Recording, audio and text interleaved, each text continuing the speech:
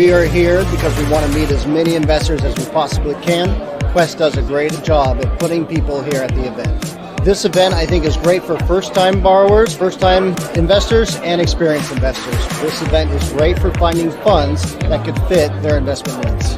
I get a lot of business from the Quest event. I talk to people, I network with people, and it actually becomes business after the event.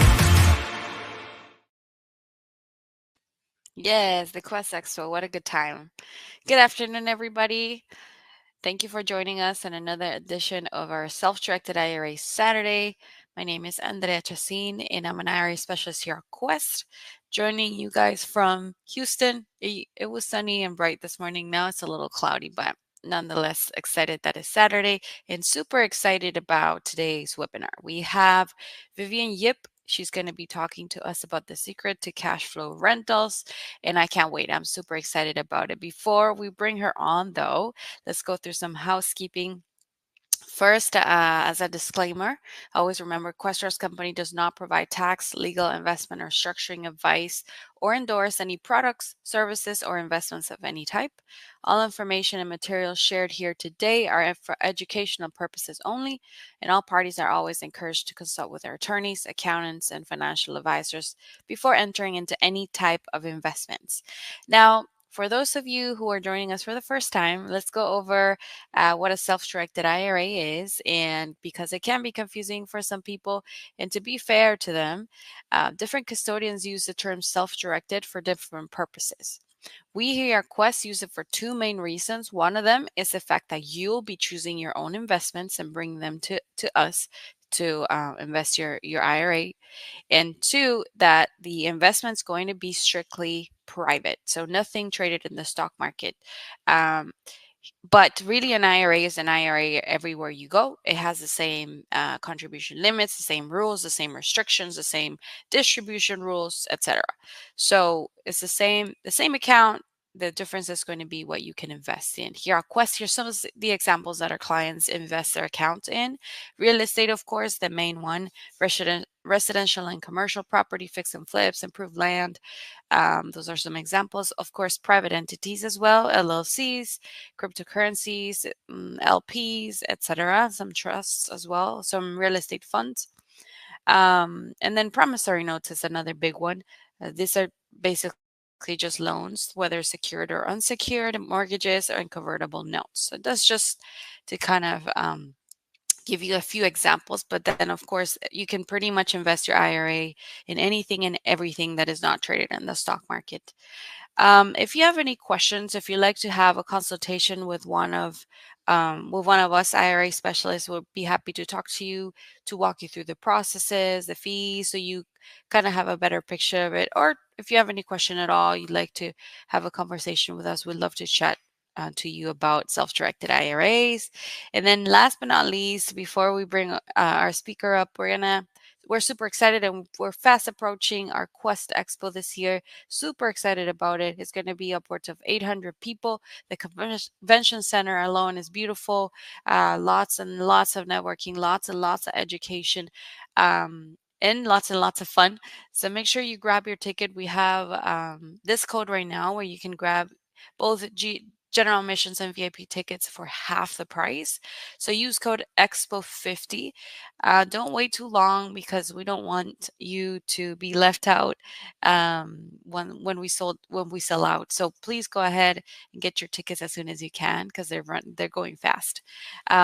But with that, and without further ado, let's bring up our speaker today. Hi, Vivian. How are you doing? I'm doing great. Thank you so much for having me on here. Yes, thank you so much for coming on here. We'll bring up your slides as well, and whenever you're ready, go ahead, take it away. Sure. Who's wondering about my hair? I did not expect to lose my hair. I was at the height of my career and the darkest place I've ever felt in my life.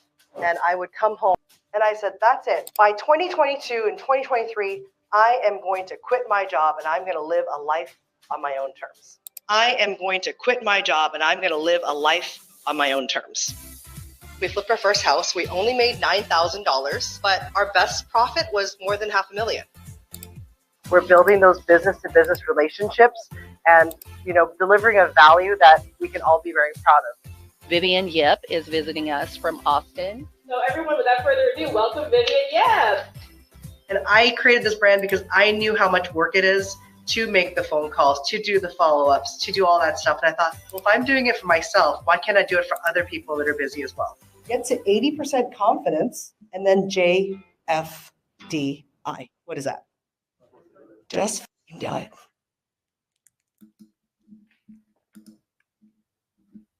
Welcome to my masterclass. Today, I'm really excited to share with you my wealth building strategy, which is in midterm rentals. And I don't normally share all the details in this class with the public. So this is an honor to be here to share all the lessons that I've learned over the last few years. But first, let me kind of start with a conversation that changed my life.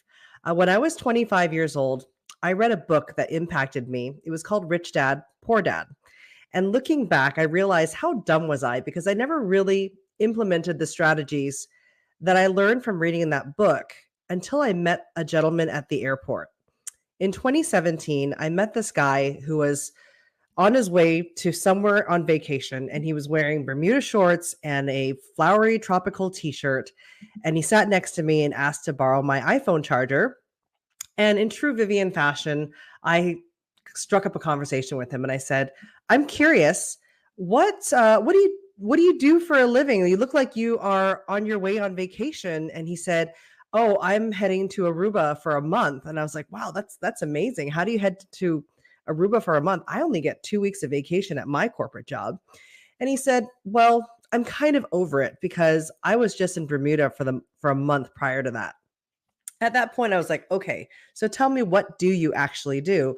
And he explained to me that him and his wife invested in real estate, specifically in a small hotel.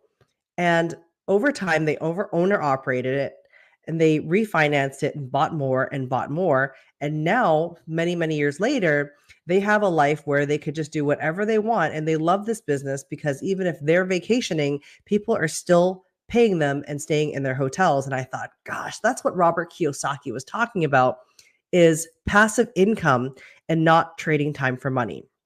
So at this point in my life, I was working at Apple. I was 3 years into my career there. And I thought, well, is there more to life than this? Can I have this life of passive income? And that's when I started to research and figure out what can I do that Robert Kiyosaki talked about. And that's when I started looking into real estate. So in 2017, my husband and I sat down and we thought, what is our life going to look like in 5 years? And we started putting the actions into place. And with his handyman skills and my analytical skills, we thought, let's do real estate. Everybody's doing it on HGTV. People are flipping houses. How hard can it be? And we just said, let's just do it and we'll figure it out along the way. And that's when I cashed out some of my Apple stocks. We bought our first investment and we got addicted to working on designs and flipping houses, working with contractors. And within the first 6 years, in the first year, we flipped 6 houses. So in our 6th house, we were finally able to keep one property. And this property was in Round Rock, Texas. And it was an off-market deal that I found. And I thought, this might be the perfect property to have as a short-term rental. After all, when I was in high school, I took an internship at a hotel in Hong Kong, and I loved hospitality. And I never really was sure how I would get back into hospitality because I didn't want to go to hospitality school per se. But I thought maybe instead of trying to buy a hotel, I can buy a home and turn that into a short-term rental, and I can dive back into hospitality. So in July 2019, on our 6th flip, I renovated this property with the help of my husband, and we turned it into a very successful short-term rental. As you can see, we had 53 reviews and 4.91 stars, and it was a great property. And the reason why I thought it was a great property for short-term rentals was because it was only 18 minutes to downtown. There was no HOA in the neighborhood. There were no city restrictions. And it was a single family home with a yard. And I could see myself as a person with a family to stay in a property like this if I was visiting on vacation. That way I wouldn't have to be stuck in a hotel. So this boring suburban home close to a metroplex became a great property for midterm rentals. Sorry, short-term rentals. But as we all know, on March 16th, 2020, the world pretty much shut down. At that point in time, I was thinking, what am I going to do with my business? Because I'm hearing of all these other short-term rental operators that were having their reservations canceled by Airbnb. And I was only on Airbnb at this time. I had no other source of revenue.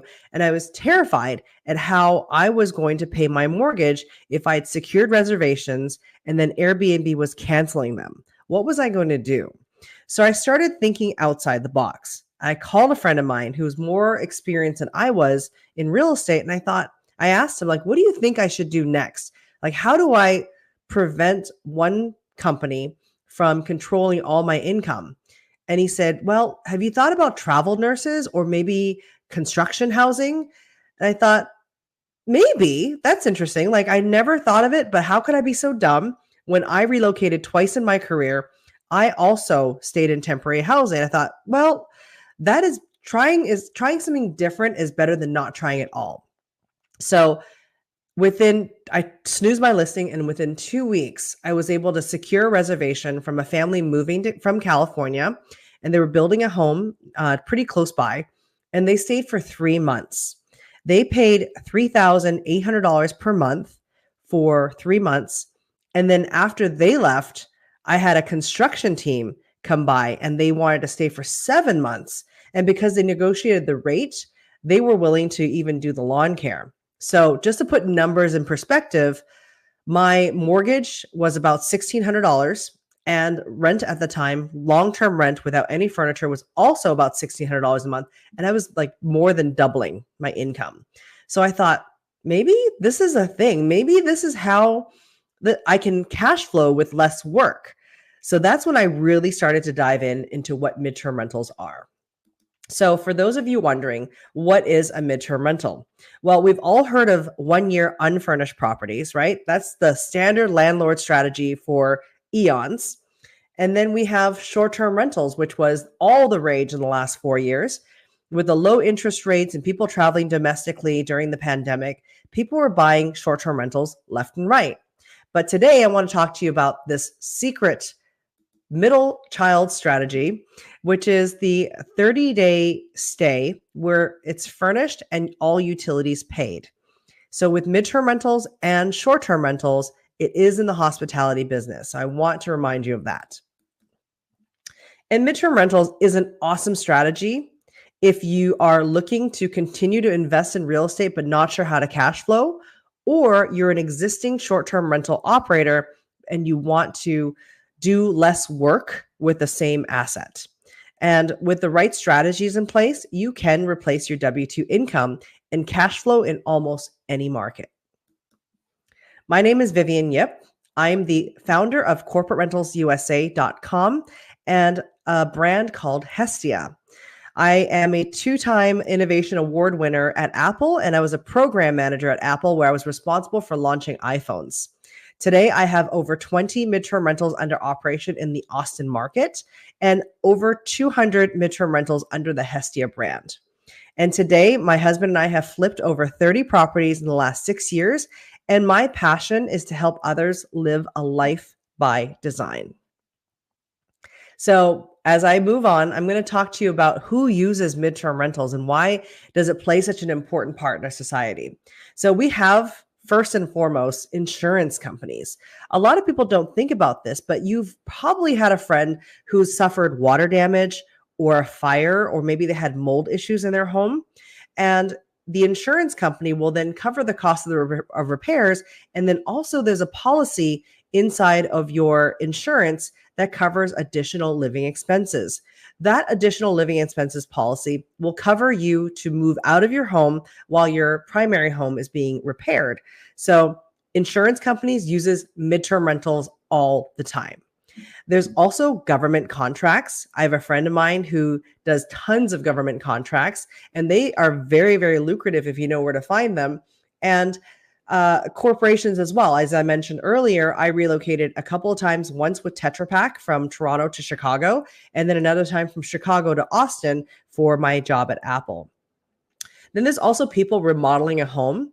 A lot of people are doing these mass remodels right now, and they're tearing their houses apart and making them modern and new again, or people that are building a home.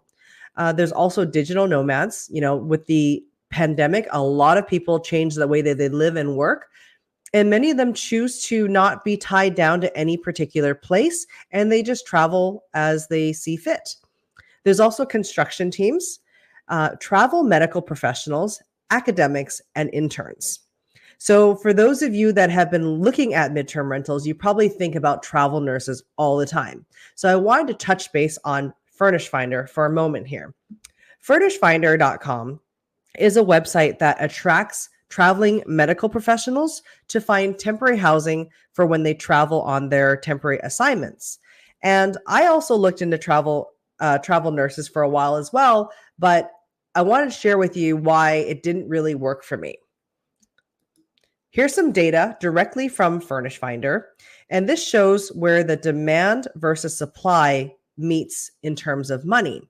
So if you look on the left side, this is the demand. So people using Furnish Finder and trying to find housing, 22.2% of those people on Furnish Finder are looking for housing that is between $1,200 and $1,600 a month. You have 24% that are looking for housing less than $1,200 per month. I don't know about where you live, but in Austin, $1,200 per month is going to rent you a furnished room. Then there's 31% of the population looking for housing that are willing to spend up to $2,400 a month, and 9.9% that's willing to spend between $2,400 and $2,800 per month. And finally, a very small subset of 12.2% are willing to spend more than $2,800 a month. On the flip side, the people that are renting their properties, the landlords or the hospitality hosts, most of them are not offering properties that are very inexpensive. So 17.1% is offering less than $1,200. We have between $1,200 and $1,600. Only 18% of landlords are offering that kind of space. We have 27.7% that are offering spaces in the up to $2,400 range. And then, of course, in the $2,400 to $2,800, there's only 11.6% that are offering there. But a lot of landlords are expecting $2,800 and up. So you can see there's a disconnect between the inventory that's being offered and the demand that's happening. In addition, I want you to look at what the booking window looks like in midterm rentals. This is just to level set what you think about midterm rentals. Many midterm rentals come last minute. This is a chart showing the lead time. So most of the requests are coming in between 30 days and 0 to 7 days. In fact, my personal experience, I get most of my requests in the 0 to 7 day range. I get a lot of same day requests as well. Coming from Furnish Finder, this is insights coming from the midterm rental summit that happened last month in San Diego. Furnish Finder is catering to travel medical professionals. They usually book 34 days in advance. They stay for 93 days, which is pretty typical because nurse contracts are 13 weeks, which is 91 days. So a day before and a day afterwards makes this a perfect complement to what the data shows. And then most are traveling alone or with a partner. And 27% are coming with pets. So if you're looking at midterm rentals, this is data that's very interesting for the Furnish Finder midterm rental space. But why are midterm rentals important to talk about today?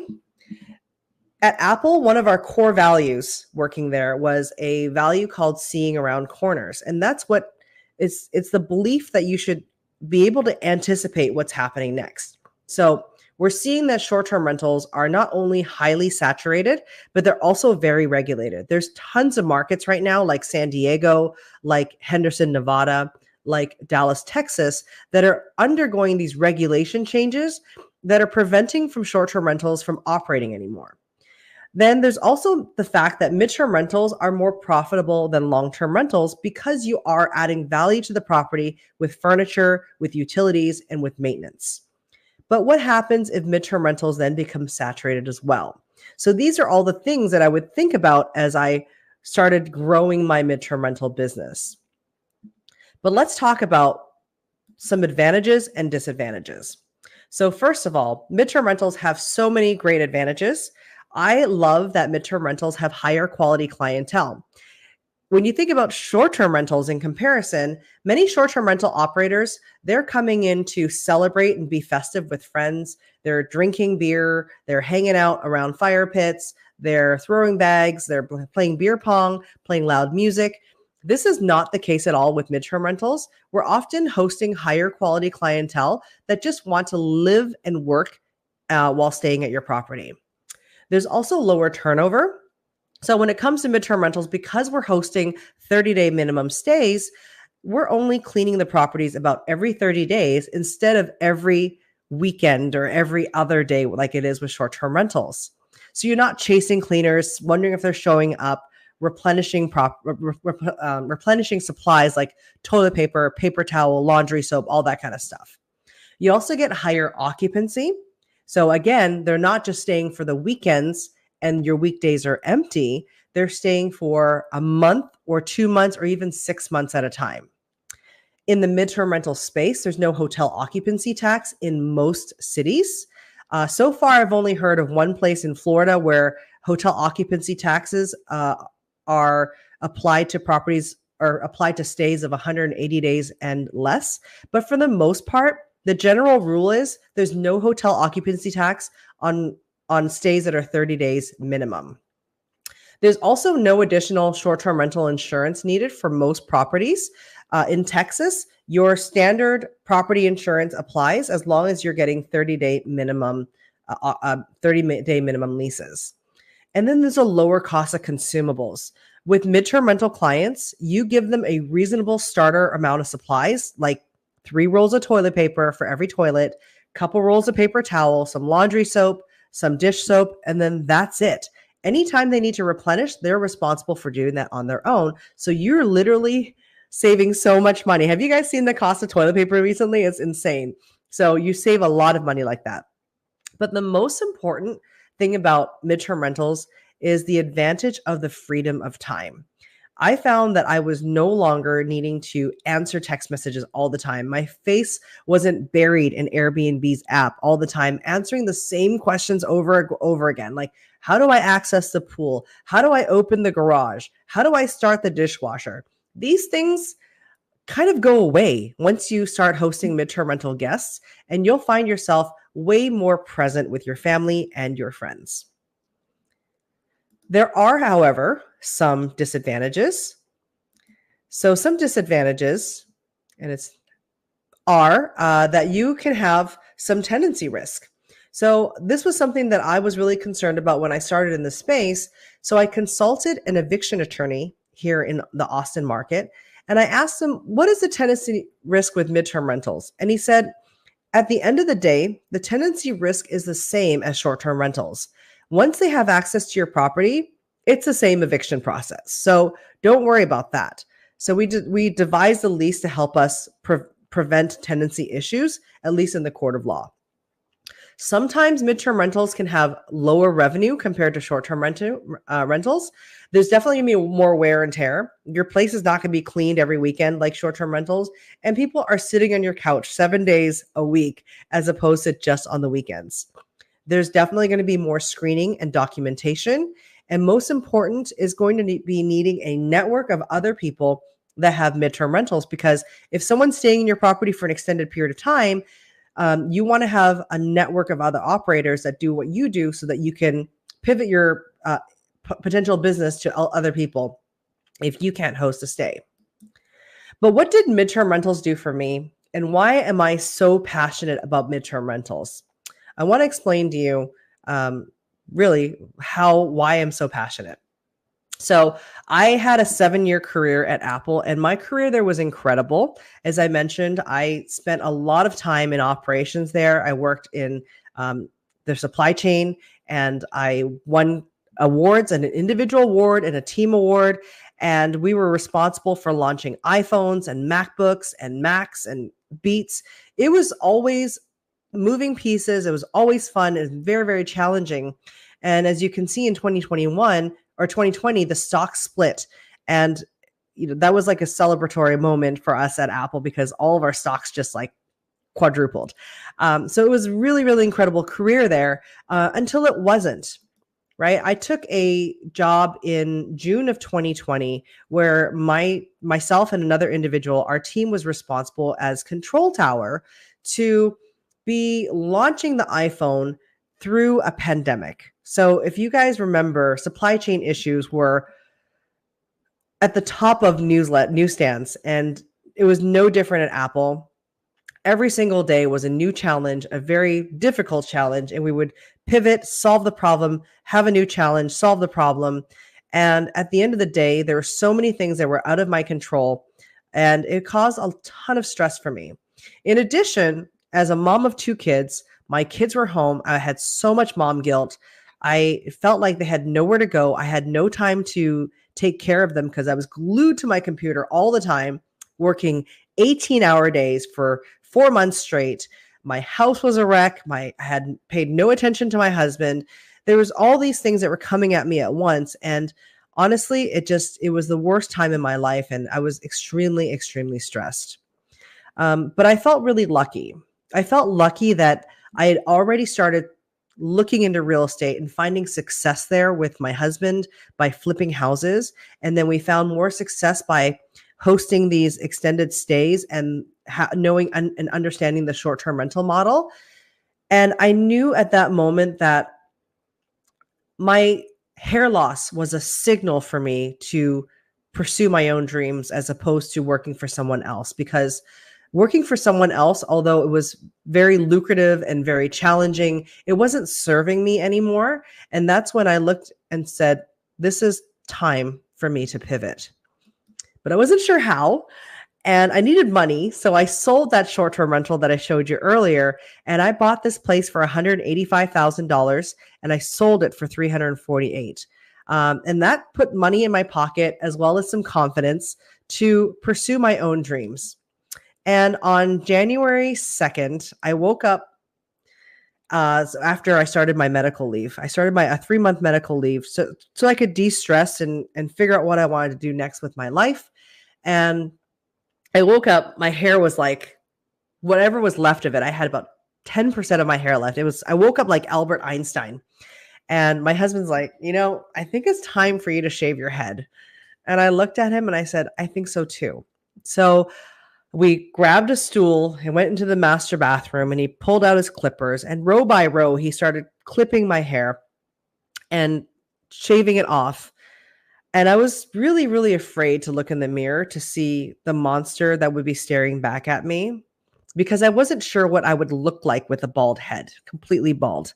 But when I looked up in the mirror, I actually ended up smiling because it's not often that you get to see yourself with a bald head and realize that you actually have a perfectly egg-shaped head. So I would say that I was really surprised and delighted by this, that my head was, really nice, and I felt very grateful for that. So beginning in January in 2021, without having to deal with hair anymore, I had more freedom of time. I decided to focus on growing my real estate business and growing my net worth. So during my time off, I was able to find a ton of off-market deals. We were able to buy them and turn them into midterm rentals.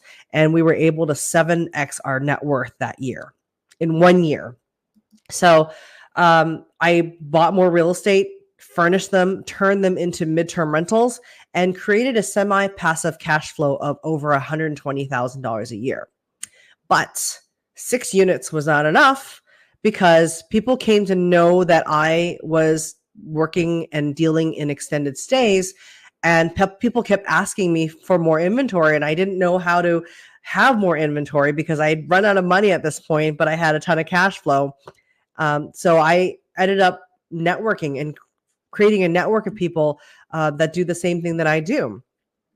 But then I also had another problem, like where do I advertise my properties other than Airbnb because I knew the risk of being only in one income stream with Airbnb. What do I do? And I knew that Furnish Finder wasn't really a great fit for me because if you remember, my desired rent is $3,800 a month, and most people on Furnish Finder was willing to pay less than that at less than $2,800 a month. And you also saw the data earlier that most people on Furnish Finder, they're traveling with 1.6 people, and my capacity was at 6 people. So I had to start thinking like, what is the strategy here? How do I get my places booked other than Airbnb? And I started looking at branding my homes. Why was branding important is because extended stays, they do have a place on Airbnb, but not every Airbnb will make a great midterm rental because my properties had, great sleep experiences, single family homes. I wanted to brand it so that people immediately would have free rent in their head so that they know, oh, Hestia, it's a single family home. They do extended stay rentals and they're great for extended stays and great for families. And they work with insurance companies. So that's me grabbing free rent in your head. When you think of Hestia, that's what I want you to think of. But what does Hestia actually mean? First of all, Hestia is the Greek goddess of hospitality, hearth, and home, which I thought was a great representation of what I wanted the brand to be. Great hospitality and a great home. But I had to look at what Hestia meant in terms of the field of brands out there. So if we look at the high-priced short-term rental market, we have Vacasa, we have Wanderjawn, Evolve, and that's great, but those are too expensive for people that are staying for 30 days, and they're not going to want the special things that come with short-term rentals like the ping pong tables and the billiard tables, right? Then we have Furnish Finder in June, right? Then the midterm rental lower price space, and we recall that Furnish Finder is often housing travel nurses with lower budgets. And then there's June that's doing lower priced rent by the rooms. And then in the midterm rental medium priced area, we had Landing and Blue Ground. And while those are great companies, I found that Hestia differentiated in one major way is that Hestia is in the single family townhome and duplex space. So I thought that was a huge differentiation and I was on to something. So with that said, Hestia is a brand strategy where we qualify our homes to be stylish, ultra clean, and well-maintained in the single-family home space. Hestia homes are fully furnished with exceptional hospitality, luxury sleep experiences, dedicated workspaces, high-speed internet, easy parking, and in-home laundry. And you can find Hestia all over Airbnb as well as on corporaterentalsusa.com.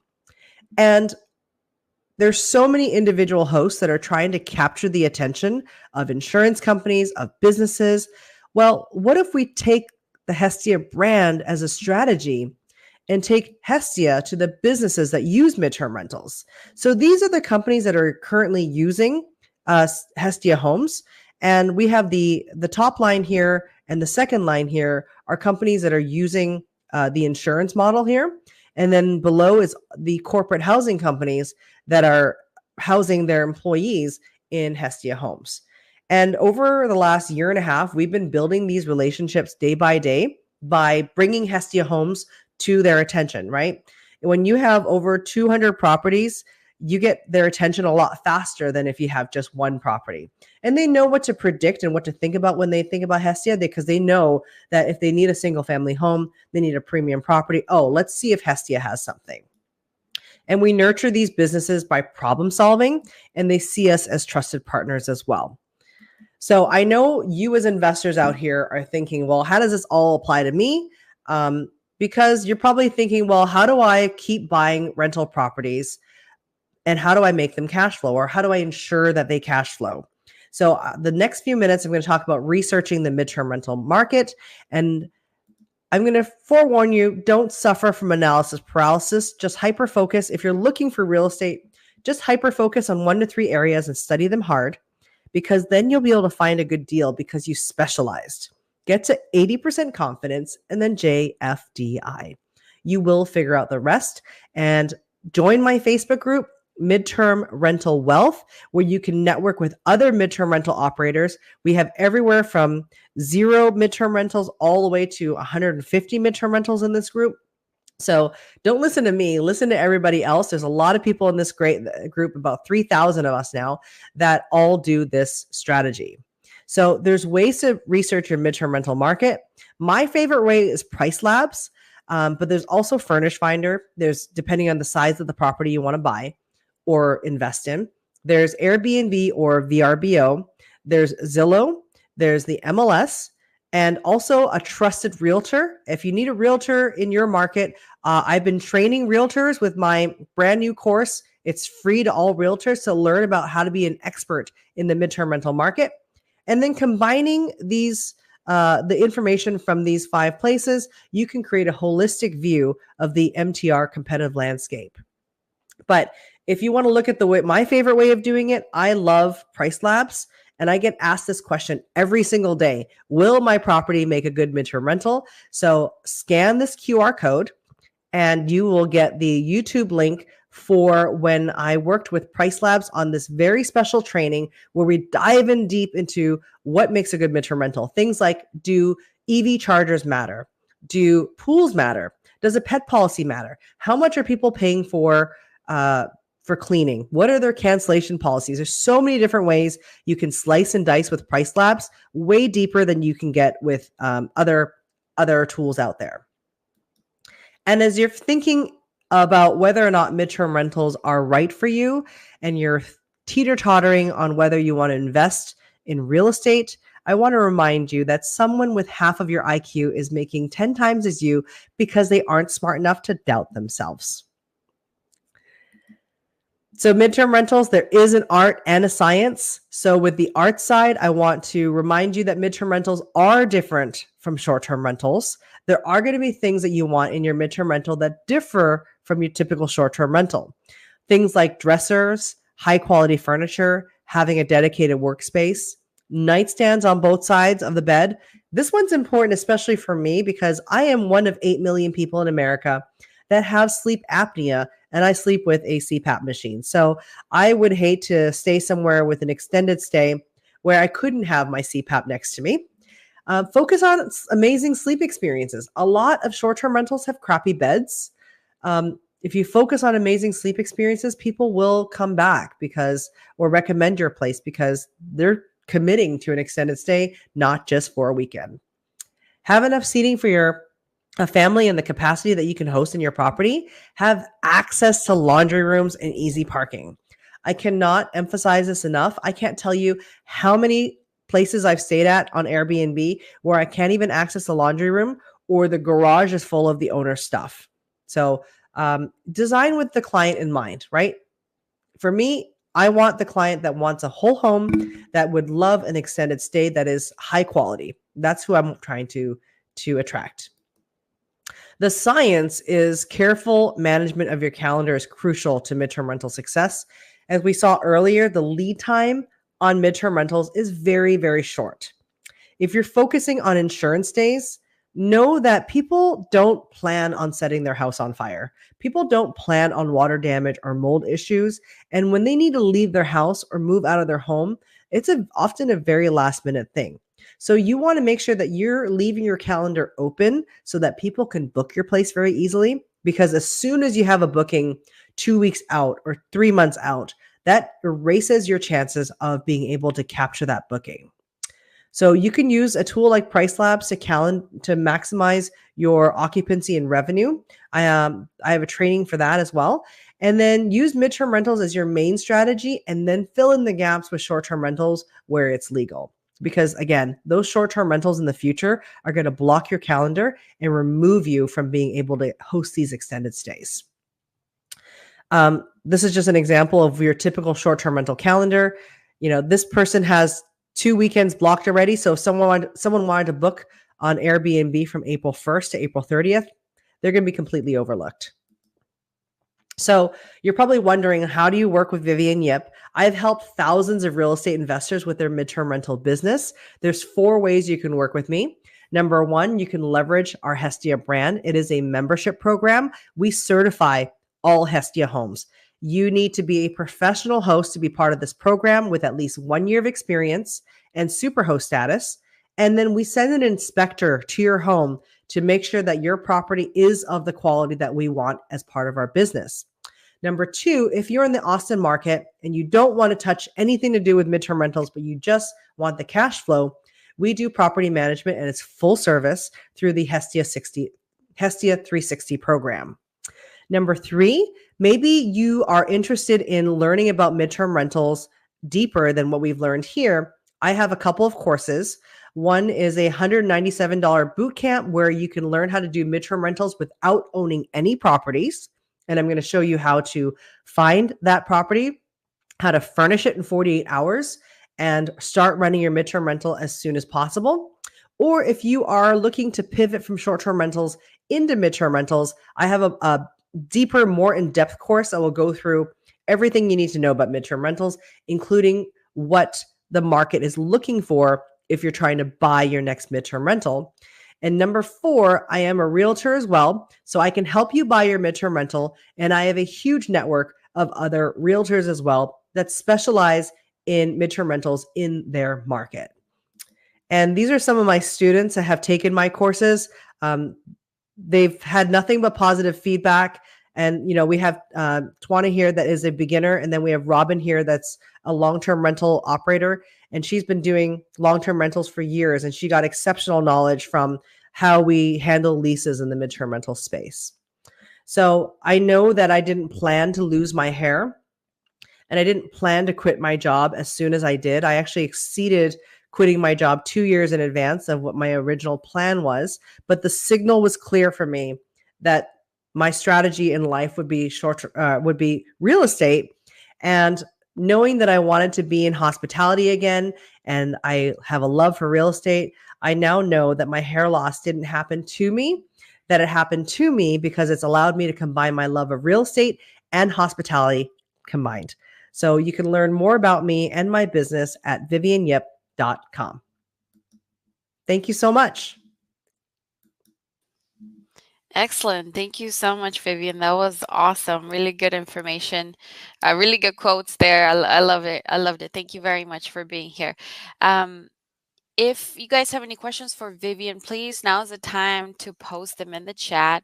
I actually got some internal questions that came in for you, Vivian.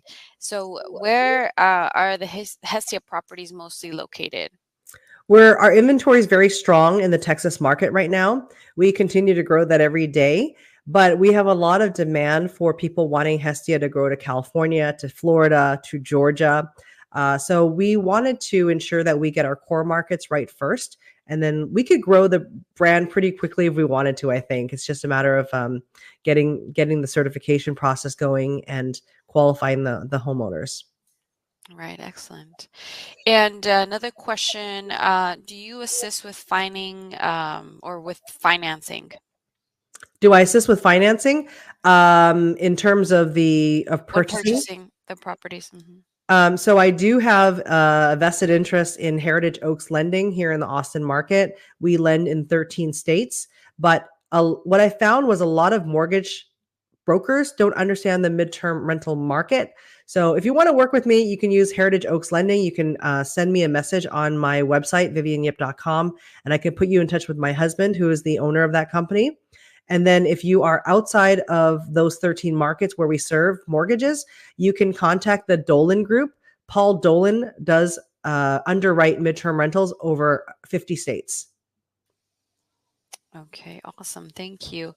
And then how do we find your realtor course, that one you mentioned that is free?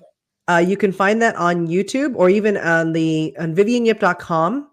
Vivianyip.com, there's a tab that says Learn From Me, and you'll find information on how to register for that. My goal there is to help realtors become the expert in their market. The examples that I show there is that last year, I was able to do $6 million in sales just in midterm rentals. The secret is that that's not a lot of money, but I wasn't even licensed last year, right? I did 6 million. I gave it all to my husband to handle. But 37% of applications for mortgages are coming in from investors. A lot of primary home buyers are not purchasing right now because they're waiting for the interest rates to drop. But as investors, we know that once the interest rates drop, the value starts going up. So this is a great strategy for investors to buy midterm rentals, cash flowing assets. Yes, very true. We have a couple comments and a question that came through. Actually, a question from Ashleen that was answered, but just so for the rest of you to know, will this be sent out as a recording after the seminar? I believe if you signed up for it, you will get a recording, but then you can also, this will also be posted on our YouTube channel right after we're done here. So thank you, Ashleen. And then we have Ronnie Letman saying, excellent presentation. Thank you, Ronnie. And then Ashleen asks, what are the best websites to find insurance clients? So if you have a single property, you can load them into a couple websites. One is called alesolutions.com. There's another one called CRS Temporary Housing.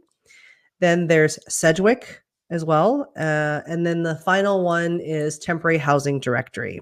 So those are the four major ones that you can input your property. But some people find that they're not getting any phone calls because, again, you can't really forecast when the next flood or fire is going to happen. So it's just it's like a lottery game in there. Excellent. Thank you. And then we have, what's the name of the Facebook group for MTRs that you mentioned? It's called Midterm Rental Wealth with Vivian Yip. Excellent. Thank you, Annie. That's all we've got for now. Thanks again, Vivian, for coming on here. I hope we get to have you in the future again. Thank you, everybody, for joining today, and I hope you have a great rest of your weekend. Thanks so much. All right. Take care. Bye-bye. Bye.